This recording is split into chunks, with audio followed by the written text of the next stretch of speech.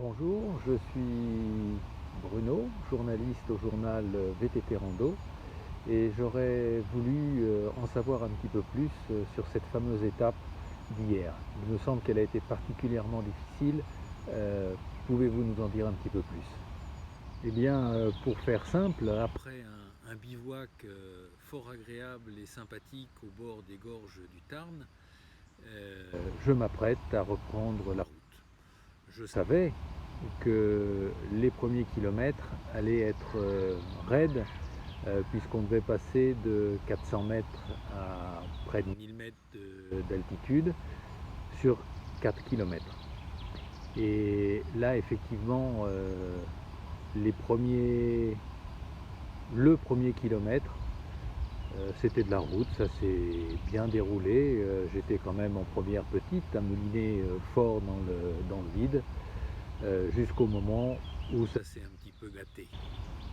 Mais encore, sur l'état de la route, sur les paysages, à partir de ce moment-là, le terrain est devenu beaucoup plus caillouteux, des gros cailloux, du gravillon, des cailloux cassés, des marches, des escaliers. Il a fallu pousser, puisque là il n'était plus question de pouvoir pédaler. Pousser un vélo qui fait 30 kg dans une côte à 18%, c'est terrible. Les chaussures accrochent pas, on dérape. Il m'aura fallu plus de 2 heures pour arriver enfin à ce sommet. Et oui, là je pousse, parce que là c'est pas possible. Et même en poussant, c'est dur.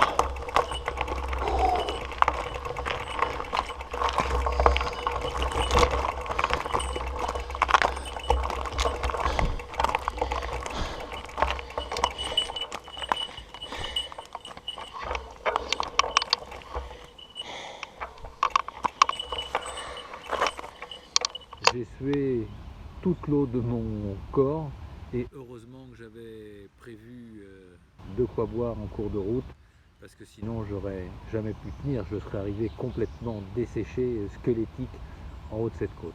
Par contre, ce qui est agréable et ce qui redonne le moral, c'est la beauté de ces paysages, de ces gorges qui sont absolument magnifiques, vraiment de toute splendeur.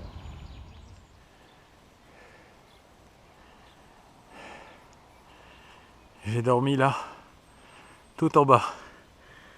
Et ça fait même pas 1,5 km depuis. Je vous raconte pas comment ça monte.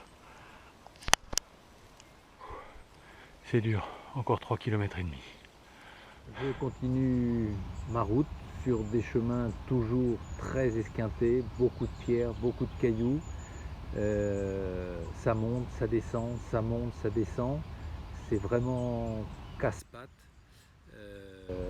Il y a du soleil, il fait bon, c'est agréable, et je décide de m'arrêter dans un tout petit hameau qui a été restauré, qui est vraiment de toute beauté, Malheureusement, il n'y a rien à manger, et sincèrement, j'ai pas le courage de sortir la gamelle, de faire chauffer des pâtes ou du riz.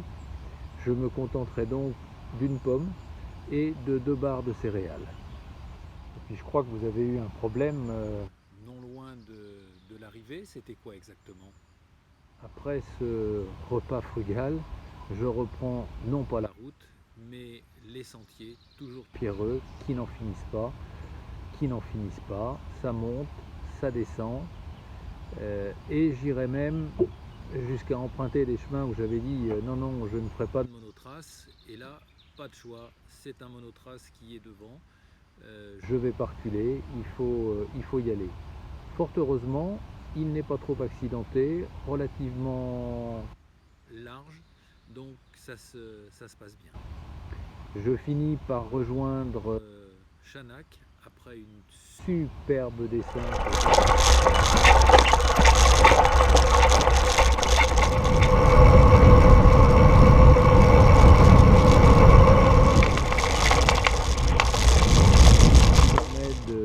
De souffler.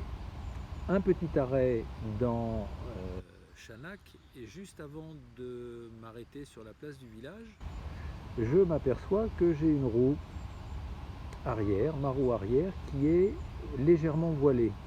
Oh, je dis ça, c'est pas bon. Qui dit roue voilée, dit rayon cassé.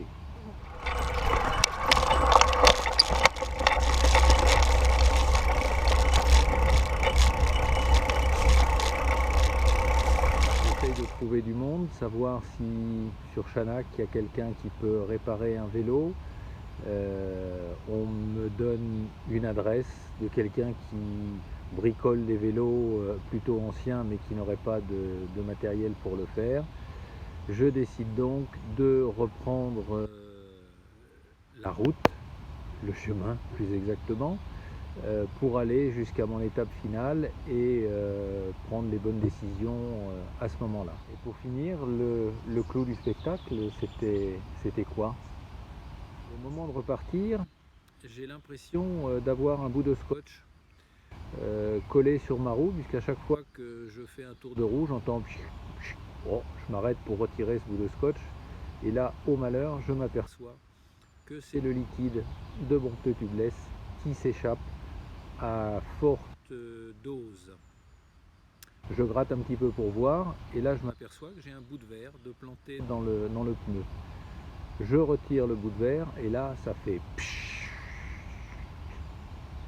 Et au bout de 20 secondes, ça s'arrête, c'est colmaté. Ouf, je vais surveiller, mais je vais pouvoir continuer. Encore du chemin, encore du chemin, encore du chemin. J'essaye de faire doucement pour rouler. Je croise la nationale 106 et là j'attaque la dernière côte, la dernière montée vers Chirac, lieu où je vais poser ma tente pour la nuit.